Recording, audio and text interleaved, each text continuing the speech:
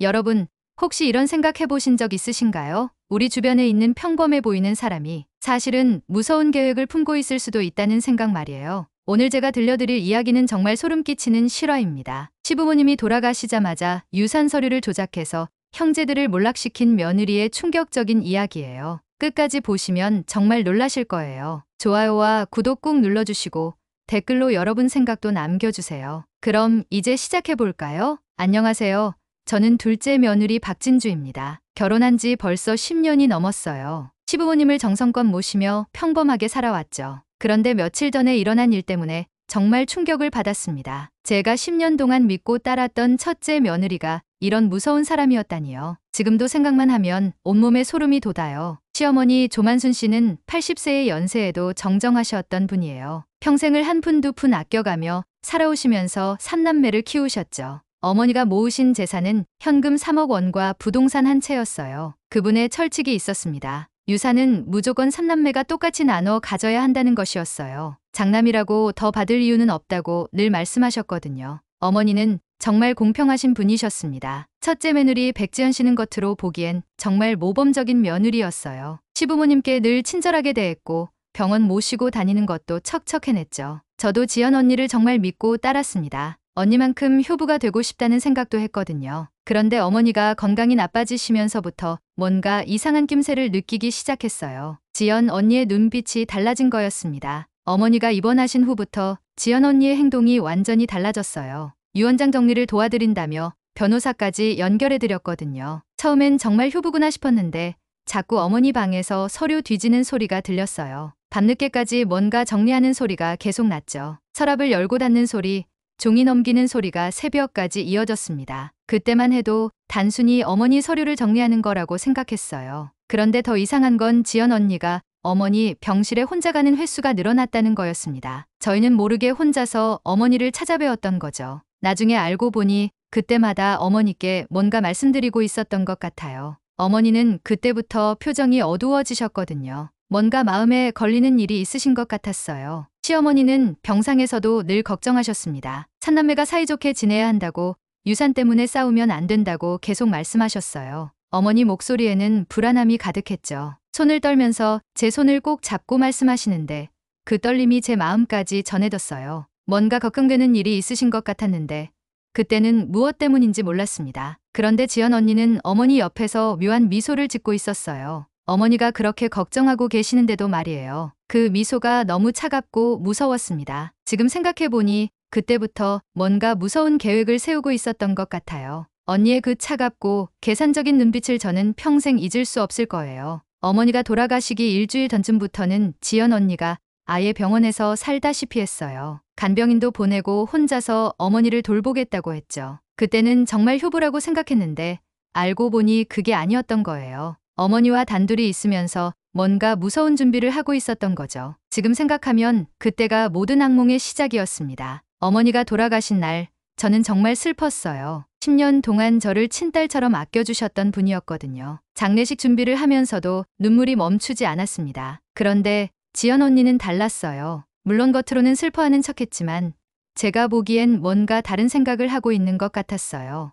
눈빛이 너무 차분했거든요. 장례식이 끝나고 3일장을 치른 후 가족들이 모였습니다. 유산 정리를 해야 했으니까요. 저는 어머니 말씀대로 3등분이 될 줄 알았어요. 그런데 지연 언니가 서류 봉투를 꺼내더니 충격적인 말을 했습니다. 어머니가 모든 재산을 장남인 기석 오빠에게 물려주신다는 거였어요. 그 순간 제 머리가 하얘졌습니다. 유언장을 펼쳐보니 정말 그렇게 적혀 있었어요. 모든 재산은 장남 박기석에게 일임한다고 명확하게 써 있었거든요. 저는 눈을 의심했습니다. 어머니가 그런 분이 아니셨는데 어떻게 이런 일이 일어날 수 있을까요? 셋째 동서도 마찬가지로 충격을 받았어요. 우리 모두 어머니의 철칙을 잘 알고 있었거든요. 기석 오빠도 당황스러워했어요. 어머니가 정말 이렇게 유언하셨냐고 지연 언니에게 물어봤거든요. 그때 지연 언니가 한 말이 지금도 생생해요. 어머니가 병실에서 그렇게 말씀하셨다는 거였어요. 증인도 있다면서 친정 사촌 언니까지 데려왔습니다. 그 사촌 언니가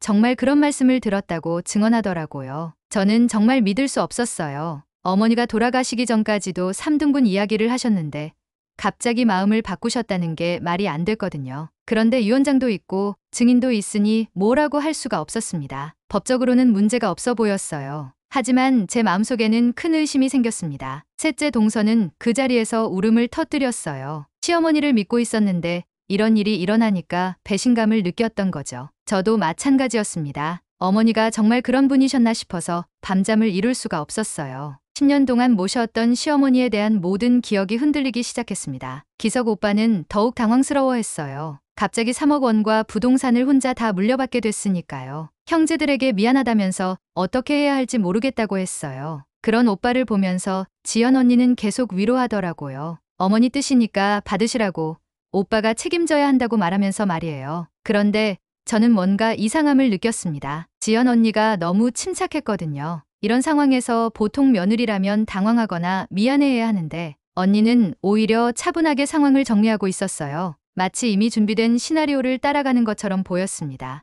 유언장을 자세히 보니 더욱 의심스러운 점들이 눈에 띄었어요. 어머니, 필체가 평소와 조금 달라 보였거든요. 병원에서 쓰신 거라 손이 떨려서 그런가 싶기도 했지만 뭔가 어색한 느낌이 들었습니다. 특히 서명 부분이 그랬어요. 어머니가 늘 쓰시던 서명과는 미묘하게 달랐거든요. 며칠이 지나도 저는 마음이 편하지 않았어요. 어머니가 정말 그런 유언을 남기셨을까 하는 의심이 계속 들었거든요. 그래서 혼자서 어머니 방을 정리하다가 놀라운 걸 발견했습니다. 어머니가 직접 쓰신 수첩이 있었는데 거기에는 3등분에 대한 내용이 적혀 있었어요. 마지막 페이지에는 지연이 정리해준다는 메모까지 있었습니다. 그 수첩을 보는 순간 제 온몸에 소름이 돋았어요. 어머니는 분명히 3등분할 생각이셨는데 어떻게 갑자기 마음이 바뀌셨을까요? 아니면 정말로 누군가가 어머니를 속였던 건 아닐까요? 그때부터 저는 본격적으로 의심하기 시작했습니다. 지연 언니에 대해서 말이에요. 어머니 수첩을 발견한 후부터 저는 잠을 제대로 잘 수가 없었어요. 밤마다 이런 생각들이 머릿속을 맴돌았거든요. 정말 지연 언니가 뭔가 조작한 건 아닐까요? 하지만 확실한 증거도 없이 의심만 할 수는 없었습니다. 그래도 마음 한구석에는 계속 불안감이 자리 잡고 있었어요. 며칠 후 셋째 동서를 만났을 때 그 동서도 비슷한 생각을 하고 있다는 걸 알았어요. 어머니가 정말 그런 유언을 하셨을까 하는 의심 말이에요. 우리는 조용히 이야기를 나눴습니다. 어머니가 돌아가시기 전까지 하셨던 말씀들을 되짚어보니 더욱 이상했거든요. 분명히 3등분 이야기를 하셨는데 갑자기 마음이 바뀌셨다는 게 납득이 안 됐어요. 그런데 결정적인 단서를 발견한 건 일주일 후였습니다. 어머니 방을 정리하다가 침대 밑에서 작은 종이 조각을 발견했거든요. 그 종이에는 어머니 필체로 3등분에 대한 내용이 적혀 있었어요. 날짜도 돌아가시기 며칠 전이었습니다. 이건 분명한 증거였어요. 어머니는 마지막까지 3등분할 생각이셨던 거예요. 제 손이 떨리기 시작했습니다. 이 종이 조각이 진짜라면 지연 언니가 유언장을 조작했다는 뜻이었거든요. 하지만 아직 확신할 수는 없었어요. 혹시 제가 잘못 생각하는 건 아닐까 싶기도 했고요. 그래서 더 신중하게 조사해보기로 했습니다. 다음날 저는 용기를 내서 병원에 가봤어요. 어머니를 담당했던 간병사 아주머니와 이야기를 나눠보고 싶었거든요. 그 아주머니는 어머니 마지막 일주일 동안 계속 옆에 계셨던 분이었어요. 혹시 뭔가 이상한 일이 있었는지 물어보고 싶었습니다. 간병사 아주머니 말이 정말 충격적이었어요. 지연 언니가 혼자 와서 어머니와 이야기할 때마다 어머니가 힘들어하셨다는 거였어요. 특히 마지막 며칠은 어머니가 계속 불안해하시면서 뭔가 걱정되는 일이 있다고 하셨대요. 그런데 지연 언니는 그런 어머니를 달래면서 계속 뭔가 설득하는 것 같았다고 했습니다. 더 놀라운 건 그 다음이었어요. 간병사 아주머니가 어머니 서명을 연습하는 종이를 본 적이 있다는 거였어요. 지연 언니가 어머니 몰래 서명을 따라 써보고 있었다는 겁니다. 그때는 단순히 어머니 대신 서류에 사인해드리려는 건 줄 알았는데 지금 생각해보니 완전히 다른 목적이었던 거예요. 제 머릿속이 복잡해졌습니다. 이 모든 정황들을 종합해보면 지연 언니가 유언장을 조작했을 가능성이 높아 보였어요. 하지만 아직도 확실한 증거는 없었습니다. 법적으로 문제를 제기하려면 더 명확한 증거가 필요했거든요. 그때 저는 중요한 걸 떠올렸어요. 지연 언니가 증인으로 데려온 친정 사촌 언니 말이에요. 그 사람이 정말 어머니 유언을 들었을까요? 혹시 지연 언니와 짜고 거짓 증언을 한 건 아닐까요? 저는 몰래 그 사촌 언니에 대해 알아보기 시작했습니다. 알고 보니 그 사촌 언니는 지연 언니에게 돈을 빌린 적이 있었어요. 상당한 액수였거든요. 이건 너무 의심스러웠습니다. 돈을 빌린 사람이 빌려준 사람을 위해 거짓 증언을 할 수도 있는 거잖아요. 저는 점점 확신이 서기 시작했어요. 며칠 더 지나서 저는 변호사 사무실에 전화를 걸어봤습니다. 유언장 작성 과정에 대해 문의해보고 싶었거든요. 변호사 선생님 말씀으로는 보통 유언장 작성할 때는 증인이 직접 입회해서 과정을 지켜본다고 하더라고요. 그런데 지연 언니 말로는 어머니가 혼자 계실 때 유언하셨다는 거였어요. 이것도 이상했습니다. 그날 밤 저는 결심을 했어요. 더 이상 가만히 있을 수 없었거든요. 셋째 동서와 함께 본격적으로 조사해보기로 했습니다. 진실을 밝혀내야 했어요. 어머니가 정말 그런 유언을 남기셨는지 아니면 누군가가 조작한 건지 확실하게 알아야 했거든요. 마음이 너무 무거웠습니다. 10년 동안 믿고 따랐던 언니가 이런 일을 저질렀을 수도 있다는 생각에 배신감이 밀려왔어요. 하지만 진실을 알아야 어머니께도 죄송하지 않을 것 같았습니다. 어머니의 진짜 뜻을 지켜드려야 했거든요. 셋째 동서와 함께 본격적인 조사를 시작했어요. 우리는 먼저 유언장을 작성한 변호사 사무실을 직접 찾아가기로 했습니다. 혹시 뭔가 이상한 점이 있었는지 확인해보고 싶었거든요. 가는 길에 심장이 너무 빨리 뛰었어요. 진실을 알게 될까봐 무섭기도 하고 기대도 됐습니다. 변호사 선생님을 만나서 유언장 작성 과정에 대해 자세히 물어봤어요. 그런데 충격적인 사실을 알게 됐습니다. 어머니가 직접 오신 게 아니라 지연 언니가 혼자 와서 유언장 초안을 가져왔다는 거였어요. 어머니는 나중에 서명만 하러 오셨다고 하더라고요. 이건 정말 이상했습니다. 더 놀라운 건 그 다음이었어요. 변호사 선생님이 당시 상황을 자세히 설명해 주셨는데 어머니가 오셨을 때 몸이 많이 불편해 보이셨다고 했어요. 손도 많이 떨리시고 정신도 좀 흐릿해 보이셨대요. 그런데 지연 언니가 계속 옆에서 도와드린다고 하면서 어머니를 재촉했다는 거였습니다. 제 가슴이 쿵쾅거리기 시작했어요. 이건 분명히 뭔가 잘못된 거였거든요. 어머니가 정신이 흐릿한 상태에서 유언장에 서명하신 거라면 그게 진짜 어머니 뜻일까요? 지연 언니가 어머니를 이용한 건 아닐까 하는 생각이 들었습니다. 변호사 선생님께 유언장 원본을 다시 한번 자세히 살펴봐 달라고 부탁했어요. 그랬더니 정말 놀라운 걸 발견했습니다. 날짜와 도장, 그리고 서명에서 이상한 점들이 보였다는 거예요. 특히 서명 부분이 평소 어머니 서명과 미묘하게 달랐다고 하더라고요. 변호사 선생님이 더 자세히 조사해보겠다고 하셨어요. 필적 감정을 의뢰해 볼 수 있다고 말씀해 주셨거든요. 저희는 당장 그렇게 해달라고 부탁했습니다. 진실을 밝혀내고 싶었어요. 어머니의 진짜 뜻이 무엇인지 알고 싶었거든요. 며칠 후 필적 감정 결과가 나왔는데 정말 충격적이었어요. 유언장의 서명이 어머니가 직접 쓰신 게 아닐 가능성이 높다는 거였습니다. 누군가가 어머니 서명을 흉내내서 쓴 것 같다고 하더라고요. 이 순간 저는 온몸에 소름이 돋았어요. 셋째 동서와 저는 서로 바라보며 말을 잇지 못했습니다. 우리가 의심했던 게 사실이었던 거예요. 지연 언니가 정말로 유언장을 조작한 거였습니다. 어머니 서명까지 위조해가면서 말이에요. 이런 일이 실제로 일어날 줄은 꿈에도 몰랐어요. 하지만 아직 끝이 아니었어요. 우리는 더 확실한 증거를 찾아야 했습니다. 그래서 지연 언니가 증인으로 데려온 친정 사촌 언니를 직접 만나보기로 했어요. 정말로 어머니 유언을 들었는지 확인해보고 싶었거든요. 만약 거짓 증언이라면 그것도 큰 문제였습니다. 친정 사촌 언니를 만나서 당시 상황에 대해 물어봤는데 그 사람도 말을 제대로 못하더라고요. 계속 말을 돌리면서 정확한 답변을 피했어요. 저희가 자꾸 물어보니까 결국 진실을 털어놨습니다. 지연 언니가 돈을 주면서 거짓 증언을 해달라고 부탁했다는 거였어요. 그 순간 제 머리가 하얘졌습니다. 지연 언니가 정말로 모든 걸 계획적으로 준비한 거였어요. 유언장 조작뿐만 아니라 증인까지 매수해서 완벽한 범죄를 저지른 거였습니다. 10년 동안 착한 며느리로 살면서 이런 무서운 계획을 세우고 있었다니요. 셋째 동서는 그 자리에서 울음을 터뜨렸어요. 시어머니를 그렇게 믿고 따랐는데 이런 일을 당하게 되니까 너무 억울했던 거죠. 저도 마찬가지였습니다. 어머니가 돌아가신 것도 슬픈데 이런 배신까지 당하게 되니까 정말 견딜 수가 없었어요. 이제 우리에게는 확실한 증거가 있었습니다. 필적 감정 결과와 거짓 증인의 자백까지 있었거든요. 더 이상 지연 언니의 거짓말에 속을 이유가 없었어요. 우리는 바로 가족회의를 소집하기로 했습니다. 모든 진실을 밝혀내고 어머니의 진짜 뜻을 찾아드려야 했거든요. 집으로 돌아가는 길에 제 마음은 복잡했어요. 한편으로는 진실을 밝혀냈다는 안도감이 있었지만 다른 한편으로는 지연 언니에 대한 실망감이 너무 컸습니다. 10년 동안 가족으로 지냈는데 이런 배신을 당하게 되니까 정말 마음이 아팠어요. 하지만 어머니를 위해서라도 끝까지 가야 했습니다. 드디어 가족회의 날이 왔어요. 기석 오빠와 지연 언니, 셋째 동서와 셋째 오빠까지 모두 모였습니다. 저는 준비한 서류들을 가방에 넣고 집을 나섰는데 손이 계속 떨렸어요. 오늘 모든 진실이 드러날 텐데 정말 무서웠거든요. 지연 언니가 어떤 반응을 보일지 상상도 안 됐습니다. 거실에 앉아서 지연 언니를 바라보니 여전히 침착해 보였어요.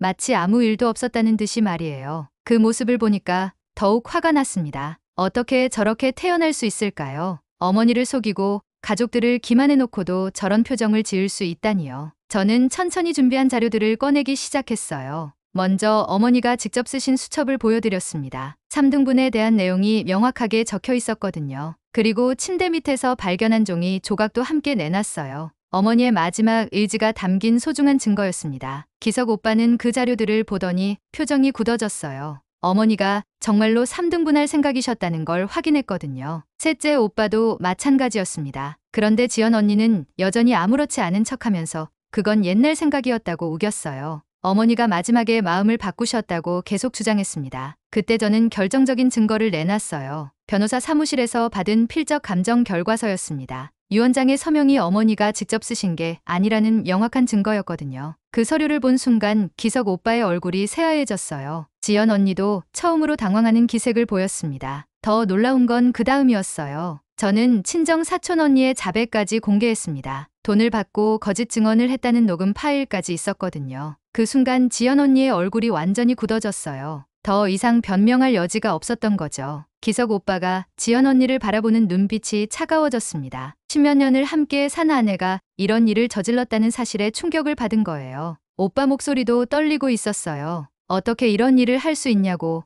어머니께 어떻게 그럴 수 있냐고 물어봤습니다. 지연 언니는 결국 울음을 터뜨렸어요. 하지만 그것도 진짜 눈물인지 의심스러웠습니다. 그동안 우리를 속여왔던 사람이니까요. 언니는 그냥 기석 오빠가 힘든 걸 생각해서 그랬다고 변명했어요. 장남이니까 더 많이 물려받아야 한다고 생각했다는 거였습니다. 그런데 더 충격적인 사실이 드러났어요. 지연 언니가 이미 상속받은 돈 중에서 2억 원을 코인에 투자해서 모두 잃어버렸다는 거였어요. 기석 오빠도 전혀 모르는 일이었거든요. 언니가 혼자서 투자를 했다가 전액 손실을 본 거였습니다. 그 말을 들은 순간 모든 사람이 말을 잃었어요. 유산을 조작해서 차지해놓고는 그것마저 날려버렸다니요. 기석 오빠는 그때서야 지연 언니가 왜 그렇게 급하게 유산을 독차지하려고 했는지 알 것 같다고 했어요. 투자 손실을 메우려고 했던 거였습니다. 셋째 오빠와 동서는 분노를 참을 수 없어 했어요. 어머니를 속이고 가족을 기만해놓고는 그 돈마저 날려버렸다니 정말 어이가 없었거든요. 저도 마찬가지였습니다. 이런 일이 현실에서 일어날 줄은 꿈에도 몰랐어. 기석 오빠는 지연 언니를 보며 크게 실망했다고 했어요.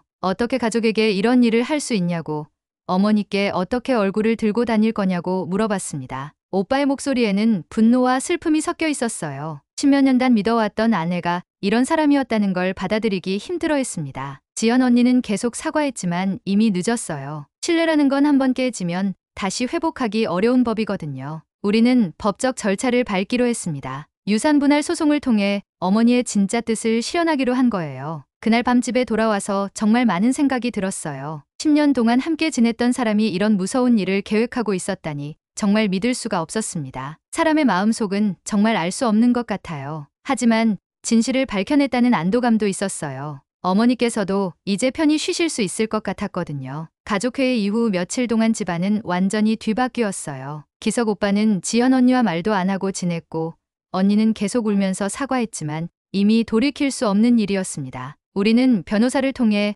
유산 분할 소송을 진행하기로 했어요. 어머니의 진짜 뜻을 법적으로 인정받아야 했거든요. 소송 준비 과정에서 더 많은 증거들이 나왔어요. 지연 언니가 어머니 서명을 연습한 종이들이 집에서 발견됐거든요. 휴지통에 버린 걸 기석 오빠가 찾아낸 거였어요. 그 종이들을 보니까 정말 소름이 돋았습니다. 언니가 얼마나 치밀하게 계획했는지 알 수 있었어요. 변호사 선생님 말로는 이런 경우가 요즘 많이 생긴다고 하더라고요. 유산을 노리고 가족들을 속이는 일이 늘어나고 있다는 거였어요. 특히 고령자들이 정신이 흐릿할 때를 노려서 이런 일을 저지르는 경우가 많다고 했습니다. 지연 언니도 바로 그런 사람이었던 거죠. 법정에 나가는 날 정말 떨렸어요. 지연 언니와 마주 앉아야 한다는 게 너무 어색했거든요. 10년 동안 가족으로 지냈는데 이제는 법정에서 싸우게 됐으니까요. 언니는 여전히 자기 잘못을 완전히 인정하지 않으려고 했어요. 변호사를 통해 어머니가 정말 마음을 바꾸셨다고 주장했습니다. 하지만 우리가 준비한 증거들은 너무 명확했어요. 필적 감정 결과,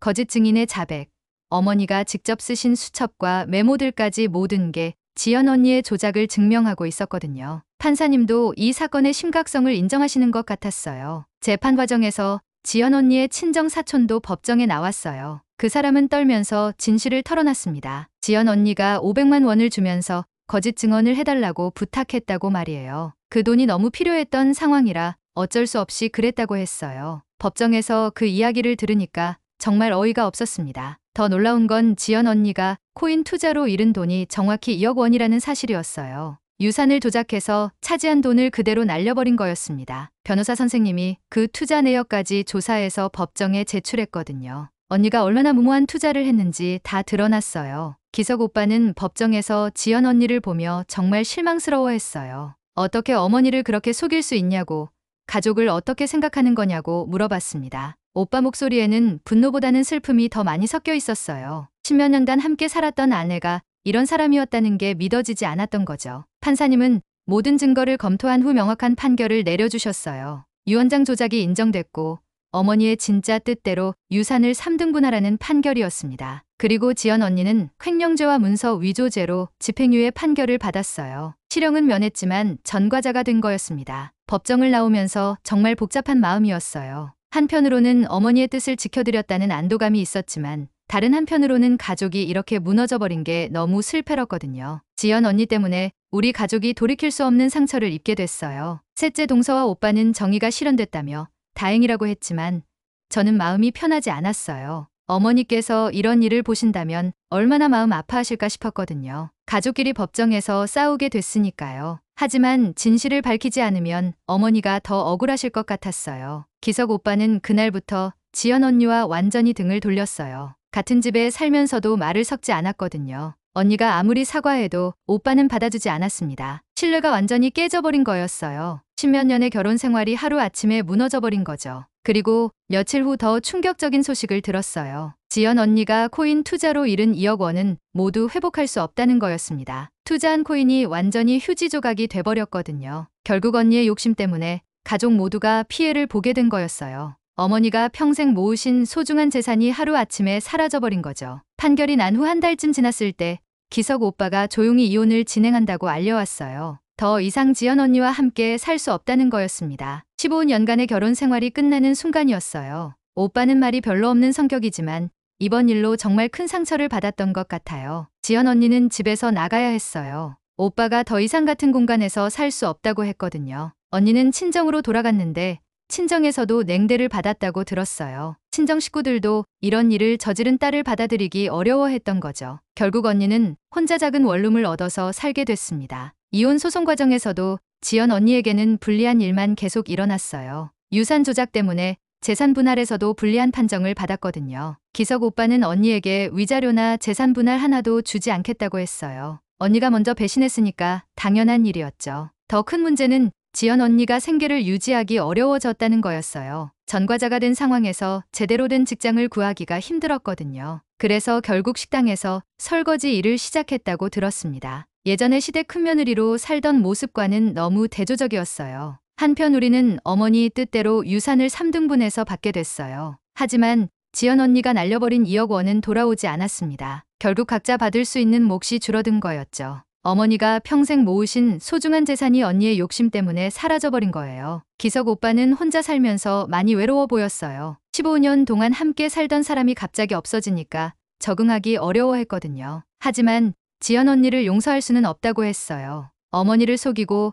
가족을 기만한 일은 절대 용서할 수 없다는 거였습니다. 몇 달이 지난 어느 날 저는 우연히 지연 언니를 마주쳤어요. 가족들과 외식을 하러 식당에 갔는데 주방에서 설거지를 하고 있는 언니를 발견한 거였습니다. 언니 모습이 너무 초라해 보였어요. 예전에 우아했던 모습은 온데간데 없고 손이 거칠어져 있었거든요. 지연 언니도 저를 봤는데 고개를 푹 숙이더라고요. 눈도 제대로 마주치지 못했어요. 아마 너무 부끄러웠던 것 같아요. 자신이 저지른 일의 결과를 온몸으로 느끼고 있었던 거죠. 저도 마음이 복잡했습니다. 미워하면서도 한편으론 안쓰럽기도 했거든요. 그런데 저는 그냥 나왔어요. 더 이상 언니와 관계를 유지하고 싶지 않았거든요. 어머니를 속이고 가족을 배신한 사람이니까요. 가족들에게도 언니를 봤다는 이야기는 하지 않았어요. 굳이 상처를 덧낼 필요는 없다고 생각했습니다. 들은 이야기로는 지연 언니가 일하는 식당 사장님도 언니의 과거를 알게 됐다고 해요. 처음에는 몰랐는데 나중에 소문이 나면서 알게 됐다는 거였습니다. 그래도 일은 계속 시켜주고 있다고 하더라고요. 하지만 언니 입장에서는 매일이 고통스러웠을 것 같아요. 친정 사촌 언니도 큰 곤란을 겪었어요. 거짓 증언을 한 게 알려지면서 동네에서 손가락질을 받게 됐거든요. 돈 때문에 거짓말을 했다는 소문이 퍼지면서 사람들이 피하기 시작했어요. 지연 언니 때문에